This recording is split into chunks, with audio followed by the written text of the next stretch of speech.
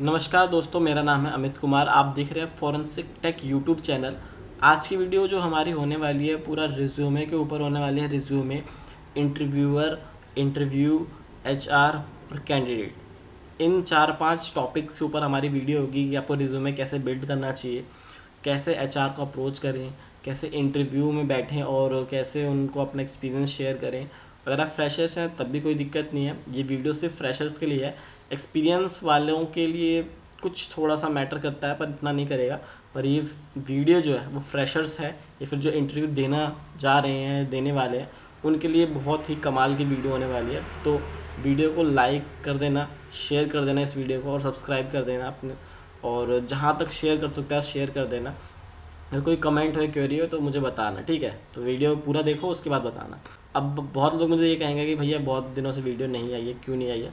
Because आप देख रहे हो पीछे अभी कुछ सेटअप नहीं हुआ है, मैं दूसरे घर में शिफ्ट हुआ हूँ, तो यहाँ पे भी कुछ सेटअप नहीं है। तो इस सेटअप, जब मैं कभी भी अपना सेटअप अच्छा बनाऊंगा तब रेगुलर वीडियोस आएंगी, क्योंकि मेरा जो घर है वो बिल्कुल रोड के बगल में ही है, मतलब सामने ही है। और रोड से जो भी ट्रक, कार, बस जो भी जाता है उसका हॉर्न, उसका सब आवाज़ आता है। और बगल में हाईवे बन रहा है, तो मतलब पूरा पूरा आवाज़ से भरा ही रहता है। तो अभी थोड़ी शांति है क्योंकि ईद वीद चल रही है, इसलिए। तो चलिए स्टार्ट करते हैं वीडियो को बिना किसी देरी के। अब आप एक कैंडिडेट हैं जो कि फ्रेशर्स बनता है। दो पार्ट आते हैं। आपका पहला पार्ट आता है, आपने आपने अपने रिज्यूमे में बहुत भर भर के चीज़ें डाली हैं। और दूसरा पार्ट आता है जो आपने एक्चुअली किया है। तो आपको झूठ नहीं बोलना है, वो चीज़ें हमेशा छोड़ दो कि आपने झूठ बोल ली है। जिस कंपनी में आप जा रहे हो उस कंपनी से कम लॉयल रहो, ये आपका मेन मोटिव होना चाहिए। जो भी हो रहा है, नहीं हो रहा है, वो आप एचआर को बता सकते हो। भरोसा रखोगे और भरोसा उनको दिलाओगे कि आप सही बोल रहे हो, तो बिल्कुल आपको कंपनी में जल्दी से जल्दी आपको रिक्रूट करेंगे, ठीक। तो हमारा आता है सबसे पहले फ्रेशर्स का। फ्रेशर्स के लिए क्या होना चाहिए? रिज्यूमे बनाओ, नीट एंड क्लीन बनाओ। कैसे बनाया जाता है उसके बारे में अब दिखाऊंगा कि मैंने एक रिज्यूमे अपना रखा हुआ है, उसको मैं दिखाऊंगा कैसे मैंने रिज्यूमे बनाया था और कैसे मैंने उन्हें भेजा था। उन्होंने सेलेक्ट किया, मेरे को इंटरव्यू हुआ। तो 1-2 दिन पहले मेरा इंटरव्यू हुआ है, तो मैंने सोचा कि मैं ये सब चीज़ें आपसे शेयर करूँ, क्योंकि जब मैंने पहली बार इंटरव्यू दिया था उसमें मैंने भर भर के चीज़ें बोली थी और झूठ बोला था। झूठ बोलो, बार बार झूठ बोलो। झूठ बोलो मतलब झूठ बोलो मत, वो मैंने वहाँ पे झूठ लिखा हुआ था और मुझे पता था कि वो डिसएडवांटेज है मेरे लिए। उसको मैंने अब हटाया है। मैंने अपनी मिस्टेक समझी कि ये मेरी मिस्टेक है, और इस बार जो मैंने रिज्यूम बनाया था वो सही था, सब कुछ सही है, जो आता है वो ही डाला है। और जो मैंने मतलब डाला है वो मुझे आता है, इसलिए मैंने उसको डाला है, और जो मैंने किया है। तो आप फ्रेशर्स हैं, तो फ्रेशर्स में आपको कैसे रिज्यूम बनाना है, देखिए मैंने रिज्यूम यहाँ पे बनाया भी हुआ है। थोड़ा सा ये लोड हो जाए फिर मैं आपको दिखाता हूँ, ठीक है। यहाँ देखो, ओके। तो ये हमारा रिज्यूमे है। इसमें मैंने अपना नाम लिखा था, मोबाइल नंबर जिसको आप कांटेक्ट कर सकें, ईमेल आईडी जो आपकी प्रोफेशनल ईमेल आईडी है वो डालना। एड्रेस था हमारा। जो स्किल्स थी हमारी मैंने वो ही डाली है जो मुझे आता है। ये सारी स्किल्स मैंने काम किया हुआ है, तो ये मुझे आता है, तो इन सब स्किल्स पे मैंने लिखा है। कुछ भी ऐसा नहीं डाला है इसके अंदर जो मुझे नहीं आता है, ठीक। थोड़ा बहुत भी आता है वो मैंने डाला है, और मैंने उन्हें बताया भी कि हाँ मुझे इसमें थोड़ा बहुत आता है, मैंने इसमें थोड़ा सा काम किया है, तो वो मैंने उन सबको बताया था। तो रिज्यूमे देख लो, ऐसा नीट एंड क्लीन थोड़ा बनाना। शायद मैंने अच्छा ना बनाया हो, किसी और को अच्छा बनाना आता हो। तो जिसको अच्छा बनाना आता है वो मेरी जीमेल आईडी पे भेज सकता है अपना रिज्यूमे। मैं एक दिन मतलब कि जितने भी मेरे लोग देख रहे हैं वीडियो, जितने भी स्टूडेंट्स देख रहे हैं, वो अपना रिज्यूमे बनाएं और मेरी जीमेल आईडी पे भेजें। एक दिन मैं इस पे वीडियो बनाऊंगा कि रिज्यूमे कैसा बनना चाहिए, क्या गलतियाँ होती हैं, वो सब, ठीक। तो मैंने बहुत इंटरव्यू दिए हैं और बहुत इंटरव्यू लिए भी हैं, ठीक है। तो ये मत सोचना कि मैंने इंटरव्यू दिया ही है, मैंने लिया भी है इंटरव्यू। और इंटरव्यू मैंने 2 ही दिया है। एक जब मैंने झूठ वाला बोला था तो उसमें 40% स्कोर किया था मैंने, मुझे पता चल गया था। और ये जो मैंने बनाया था इसमें मैंने 100% स्कोर किया है, ठीक। तो इसलिए मैं बता रहा हूँ आपको। तो आप मेरी जीमेल आईडी लिख लो, JERRYLIVE@gmail.com। Jerry, JERRYLIVE@gmail.com। इस पर सब अपना रिज्यूमे भेजना, और उस रिज्यूमे को हम चेक करेंगे और लाइव आपको बताएंगे कि रिज्यूमे में कहाँ गलती हो रही है, क्या नहीं हो रही है, ठीक। ये मेरा रिज्यूमे है। मैंने यहाँ पे लिखा हुआ है बेसिक अंडरस्टैंडिंग। मुझे एकदम प्रोफेशनल लेवल की कोडिंग नहीं आती है, इसलिए मैंने बेसिक अंडरस्टैंडिंग लिखा हुआ है। अब उसके बाद लिखा हुआ है यहाँ पे स्ट्रेंथ। मेरी क्या स्ट्रेंथ है? लॉयल हूँ मैं, जिस कंपनी में काम करूँगा उस कंपनी के पक्का लॉयल रहूँगा, ये मैं 100% गारंटी देता हूँ। हार्ड वर्किंग भी हूँ, रिलेशंस गुड है मेरे यूट्यूबर्स के साथ और एथिकल हैकर्स और बग हंटर के साथ। हॉबीज़ लिखी हुई है क्योंकि पार्ट टाइम हॉबी आपकी बहुत ज़रूरी है। सोशल, ओके, सोशल प्रोफाइल के बारे में भी यहाँ मैंने लिखा हुआ है, एक मिनट, ठीक है। ये सोशल प्रोफाइल के बारे में मैंने अपना लिंक दिया था। इग्नू में मैंने बीसीए करी है और वो आपसे पूछेंगे कि हर आपने बीसीए में इतने 3 या 4 साल क्यों लगा दिया, तो मेरा एग्ज़ाम मिस हो गया था, मैंने उनका 4 साल का वो बढ़ गया था।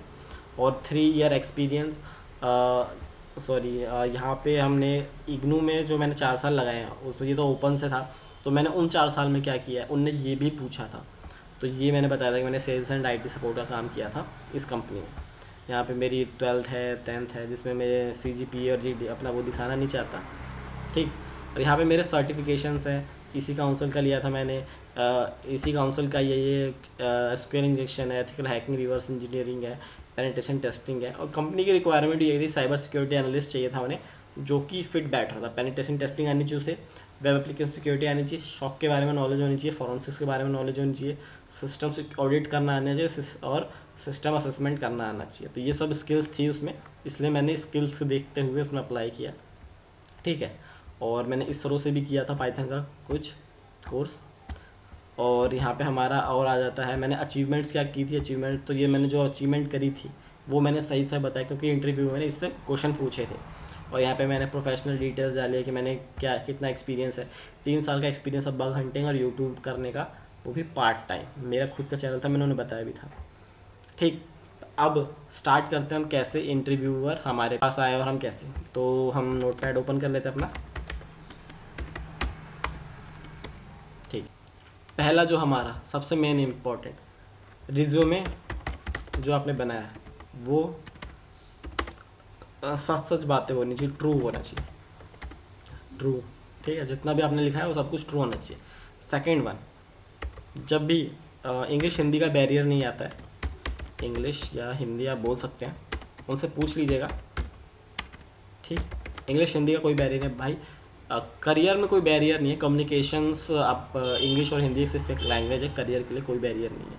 तो आप हिंदी में बोलोगे तो उनको चलेगा, हिंदी बोलोगे तो वो 1 पॉइंट थोड़ा सा नीचे आएगा, इंग्लिश बोलोगे तो 1 पॉइंट ऊपर आएगा। पर अगर आप इंग्लिश में गलती कर देते हो, बोलने में गलती कर देते हो, वो आपको 4 पॉइंट 10 पॉइंट नीचे ला के रख देगा। और हिंदी में आप सही बोलते हो तो आपको 20 पॉइंट ऊपर ले जाएगा। तो इसका याद रखना, English Hindi not a barrier. मैंने हिंदी में ही बात करी थी, इंग्लिश में मेरी इतनी अच्छी इंग्लिश नहीं है, बस मैंने हिंदी में बात करी थी उनसे। अब आते हैं हमारा राउंड वन में क्या हुआ था। हमारी जो मुलाकात हुई थी एचआर से हुई थी। एचआर का नाम मैं ले लेता हूँ, कंपनी का नाम नहीं लूँगा। उनका नाम था अंजलि, ठीक। एचआर थी हमारी अंजलि। उनने मेरे से क्या क्या पूछा और क्यों पूछा ये मैं बताता हूँ। एड्रेस पूछा, क्यों, कितना दूर रहते हो आप, कितना टाइम लगे आपको ऑफिस आने में, उसकी कैलकुलेशन थी। उसके बाद उन्होंने पूछा फैमिली मेम्बर्स में कौन है, इसका क्यों, उन्होंने क्यों पूछा फैमिली मेम्बर्स, क्योंकि जब आप सैलरी लोगे तो आप अपने फैमिली को उसमें उसी में आप कैलकुलेट करोगे ना, कि जितनी आपको सैलरी मिली है उस हिसाब से चलोगे, अपनी फैमिली को खाना फीड या फिर जो भी आपकी ज़रूरतें हैं वो पूरी करोगे। तो ये जो दो चीज़ें हैं ये आपकी सैलरी में कैलकुलेट करेगी वो एचआर। इसलिए उनने मेरे से पूछा था, उनने बताया नहीं था पर मुझे इतना पता है कि ये इसीलिए पूछा गया था। उसके बाद उन्होंने जनरली क्वेश्चंस पूछे कि आपने जो रिज्यूम में डाला है वो सही है और आपने सही में ऐसा किया है, थोड़ा सा एक्सपीरियंस बताओ, आपने पुरानी कंपनी क्यों छोड़ी। अब तो पुरानी कंपनी छोड़ने का मैं यहाँ रीज़न नहीं दे सकता हूँ क्योंकि वो बैड एक्सपीरियंस था मेरे लिए, पर पुरानी कंपनी मैंने उनको सच सच बता दिया कि यार ऐसा हुआ था सीन। तो उन्होंने बोला कि ठीक है, ओके, नॉट कुछ ऐसा हमारे पास वो नहीं है, पर हम आपको देखते हैं। एकदम फ्रैंक थी, एकदम पूरा, मतलब कह सकते हो डरने वाली बात नहीं है एकदम। अगर आप उनसे जितना आप, मैं खुद अपनी एचआर से इम्प्रेस हो गया था बात करने पे, ठीक है। तो ये समझो कि एचआर राउंड आपका बहुत मेरा सही गया था। तो एचआर जो भी आपसे पूछे आराम से बताना, कोई नर्वसनेस और ये सब मत दिखना। नर्वसनेस मुझे पता है कब आई थी, जब मैं अपने टेक्निकल राउंड में आया था, ठीक। राउंड 1 को मैं ऐसे कर देता हूँ कि आपको समझ आए, ठीक। अब नर्वसनेस मुझे कब आई, जब मैं टेक्निकल राउंड में था, और हमारा सेकंड राउंड शुरू होता है। सेकंड राउंड किसके साथ था, मेरा टेक्निकल राउंड था।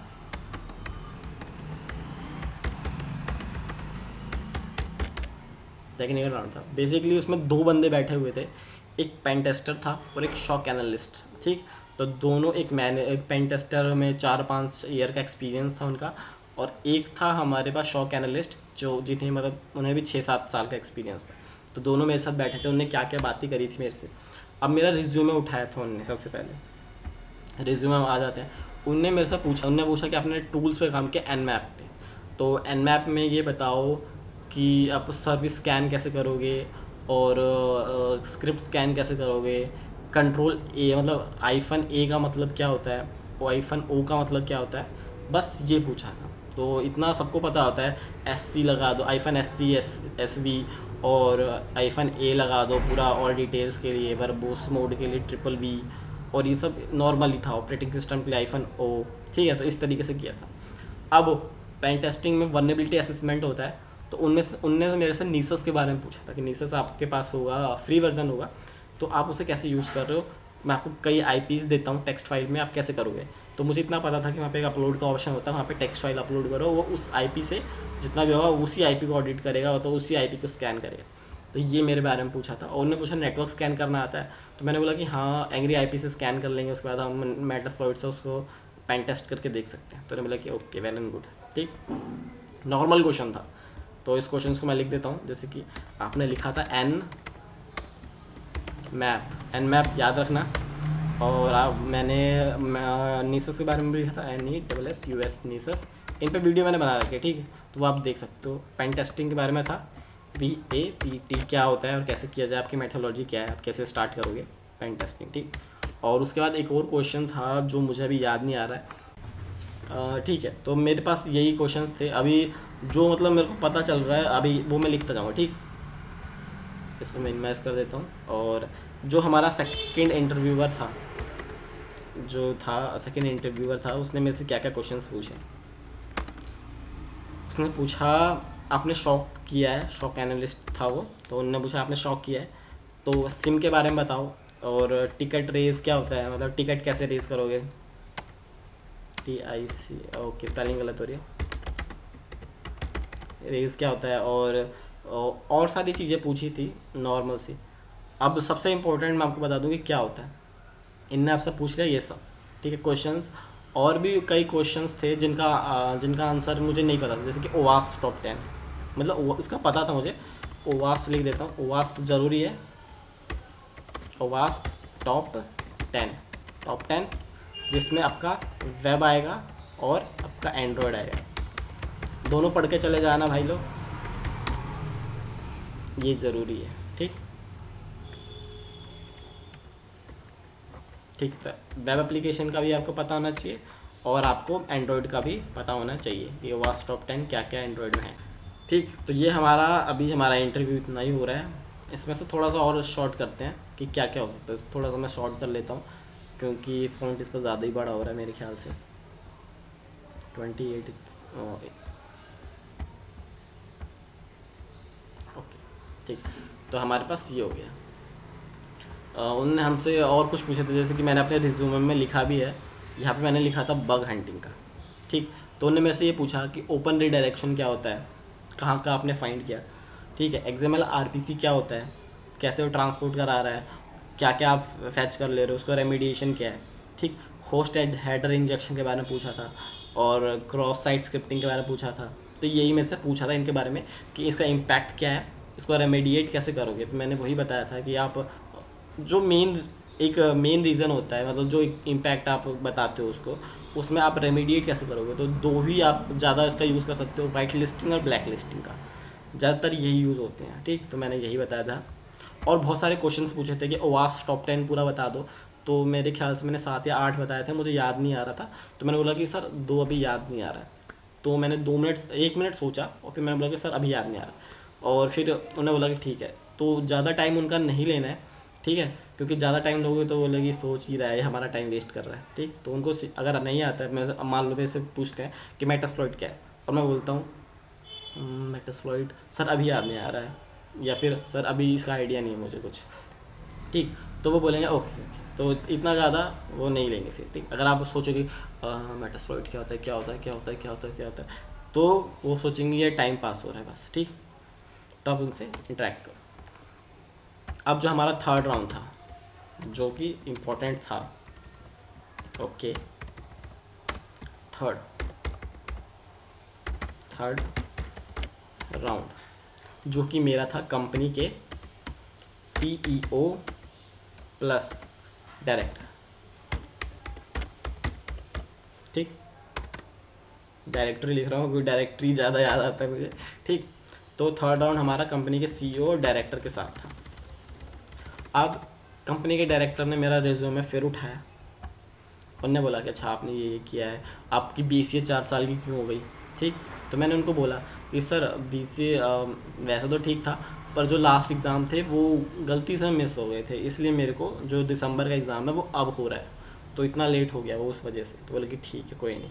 फिर आपने टीचर्स ट्रेनिंग का भी किया है, मैंने कहा पहले उनको ठीक है, आपने उन्हीं 2-3 साल में किया है ना, मैंने कहा हाँ हाँ। तो मैंने चलो ठीक है उसके बारे में।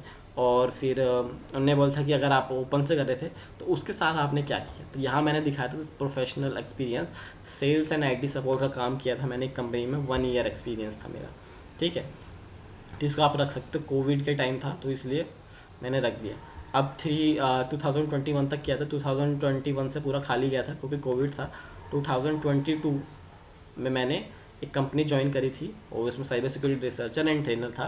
3 मंथ का एक्सपीरियंस था मुझे, जिसमें मैंने वनरेबिलिटी असेसमेंट, पेनिट्रेशन टेस्टिंग करी थी, ब्लैक बॉक्स टेस्टिंग, ठीक। और कंपनी आप देख सकते हो प्रोजेक्ट आपका क्या है, computer emergency response team India, ठीक है। इस पर हमारा प्रोजेक्ट था। तो उनने हमने से क्या पूछा, आपने ये जो सर्टिन जो प्रोजेक्ट किया है, ठीक, उसमें आपने कौन कौन सी कमियां निकाली थी। मेरे दिमाग में मुझे ये था कि मैंने जो मैंने अभी तक बग हंटिंग में किया है वही मैंने उसमें भी निकाला था। तो मैंने बताया XML RPC निकाला था मैंने, XSS निकाला था, IDOR निकाला था, और IDOR निकाला था, होस्ट हेडर इंजेक्शन निकाला था, host header injection, HEADER header injection, ठीक। और SQL इंजेक्शन निकाला था, SQL निकाला था इंजेक्शन, ठीक है। और प्रोटोटाइप पॉल्यूशन था, PRO, प्रोटोटाइप पॉल्यूशन निकाला था, ठीक। तो ये सब मैंने वर्नेबिलिटीज़ उनकी जो उनका था प्रोजेक्ट, उस प्रोजेक्ट में मैंने ये वर्नेबिलिटीज़ निकाली थी। तो उन्होंने मेरे से पूछा XML RPC के बारे में बताओ, XSS क्या है, XSS क्या है और XML RPC में डिफरेंस क्या है।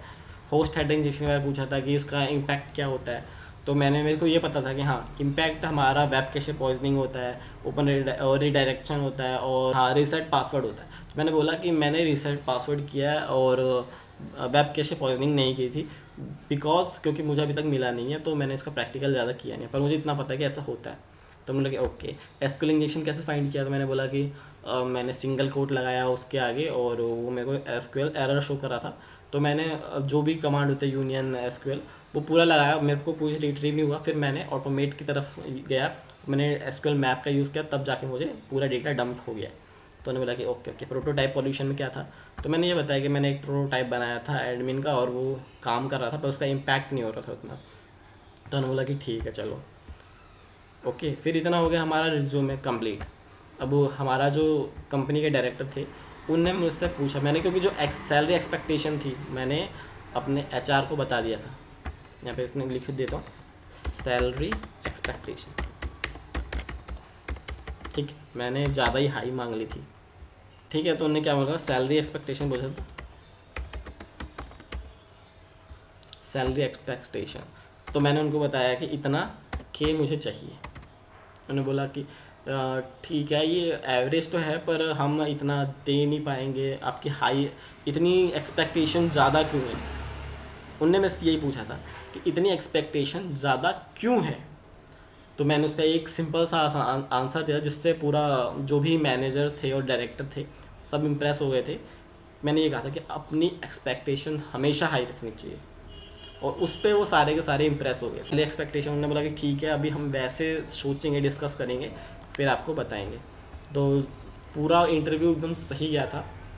फिर उसके बाद उन्होंने बोला कि ठीक है आप बाहर इंतज़ार कीजिए। फिर मेरा एचआर, हमारी एचआर जो थी, मेरे से क्या पूछा था कि ठीक है आपका ये हो गया, हम डिस्कस करके आपको बताएंगे। फिर उन्होंने अपनी कंपनी के बारे में बताया, मेरे से पूछा कि आप हमारी कंपनी के बारे में जानते हैं, हमारी कंपनी क्या करती है।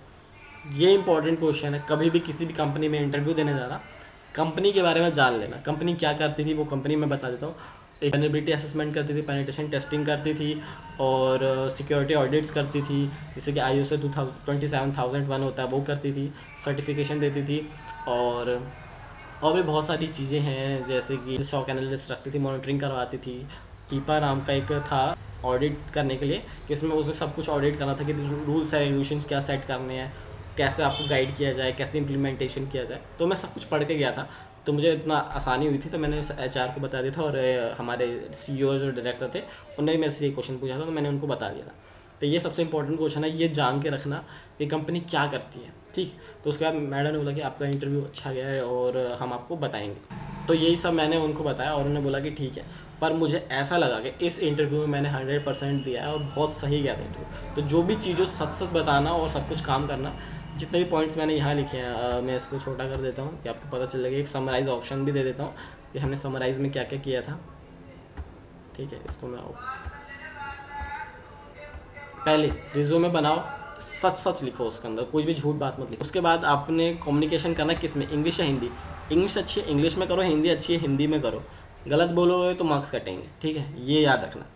उसके बाद हमारा HR राउंड था, फर्स्ट राउंड था HR, जो कि अंजलि मैडम ने लिया था। एड्रेस पूछा था, फैमिली मेम्बर्स के पूरे बारे में पूछा था, रिज्यूमे पूछा था और सैलरी एक्सपेक्टेशन पूछी थी, क्योंकि एड्रेस मतलब कितना दूर रहते हो, फैमिली मेम्बर्स कितने हैं, उस हिसाब से वो सैलरी कैलकुलेट कर रहे थे कि इतना इनका बढ़ जाएगा, एक्सपेंस हो सकता है, ठीक।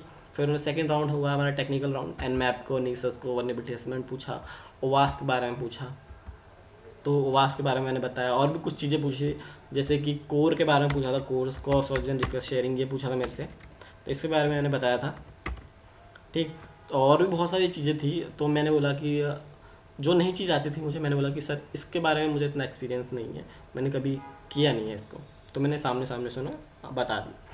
फिर शॉप टीम वाले ने भी मेरे से पूछा था कि टिकट कैसे रेज, क्या होता है टिकट रेजिंग और सिम क्या होता है, मॉनिटरिंग करते हो कि नहीं करते हो। मैंने कहा कि नहीं सर, अभी मैंने मॉनिटरिंग नहीं करी है, ठीक है। तो उन्हें ज़्यादा क्वेश्चंस पूछे नहीं मेरे से, ठीक। और फिर उनने मेरे से ये भी पूछा था कि आप हमसे कुछ पूछना चाहते हो तो पूछो। तो बेसिकली मैं इतना वो हो गया था, फ्लो में था कि हाँ, हमारा इतना अच्छी बॉन्डिंग हो गई थी। तो मैंने पूछा कि सर आपका एक्सपीरियंस क्या है, आप क्या काम करते हो। ऐसा नहीं पूछना चाहिए था, पर मैंने गलती से पूछ लिया, तो हंसने लग गए वो। और मैंने टेक्निकल क्वेश्चन भी पूछ लिया था, तो वो हंसने लग गए थे। तो मैंने बोला कि सॉरी सर, ठीक है। तो उन्होंने बोला कि हाँ कोई नहीं, इतना चलता है। तो बहुत अच्छी कंपनी थी यार, मतलब ट्रूली दिल से कहूँ तो सही, बहुत सही थी वो कंपनी। अब होता है कि नहीं होता है वो तो उनके ऊपर है। फिर उसके थर्ड राउंड हमारा हुआ था CEO डायरेक्टर के साथ, जो कि जिनने पूछा था मेरे प्रोजेक्ट्स क्या हैं, कैसे काम किया, क्या क्या वर्नेबिलिटीज़ ढूंढी हैं आपने, सैलरी एक्सपेक्टेशंस क्या है, और इतनी हाई सैलरी क्यों मांग रहे हो, और एक्सपेक्टेशन इतनी हाई क्यों। तो मैंने सिंपल सा वर्ड बताया था कि एक्सपेक्टेशन हमेशा हाई होनी चाहिए। तो उस पर इम्प्रेस हुए थे। और HR भी हमारी बहुत सही थी यार, एकदम मस्त एकदम बात हो रही थी, कैजुअल बात हुई। फिर उन्होंने बोला कि ठीक है हम डिस्कस करके आपको बताएंगे। तो ये वो था एक पूरा इंटरव्यू का प्रोसेस। अगर आपको वीडियो अच्छी लगी हो तो वीडियो को लाइक करना, सब्सक्राइब करना, और कुछ भी क्वेश्चन हो कमेंट करो, मैं उसका रिप्लाई ज़रूर करूँगा। और मेरी जो Gmail ID है JERRYLIVE@gmail.com, उस पर आप मुझे अपना रिज्यूमे भेजो। मैं बताऊँगा कि क्या क्या गलती कर रहे हैं लोग, क्या क्या नहीं करनी चाहिए, क्योंकि मैंने खुद भी इंटरव्यू लिया है और खुद भी मैंने इंटरव्यू दिया है, तो मेरे को दोनों का एक्सपीरियंस है। तो आई होप आपको वीडियो अच्छी लगी। वीडियो अच्छी लगी तो लाइक शेयर सब्सक्राइब दबा के करो। एक तो लाइक और शेयर ठोक दीजिए, महाकाल का दबा के लाइक और शेयर ठोक दीजिए। ठीक है, तो मैं मिलता हूँ अगली वीडियो में। जब तक के लिए जय Hind, Vande Mataram, good bye, take care और धन्यवाद।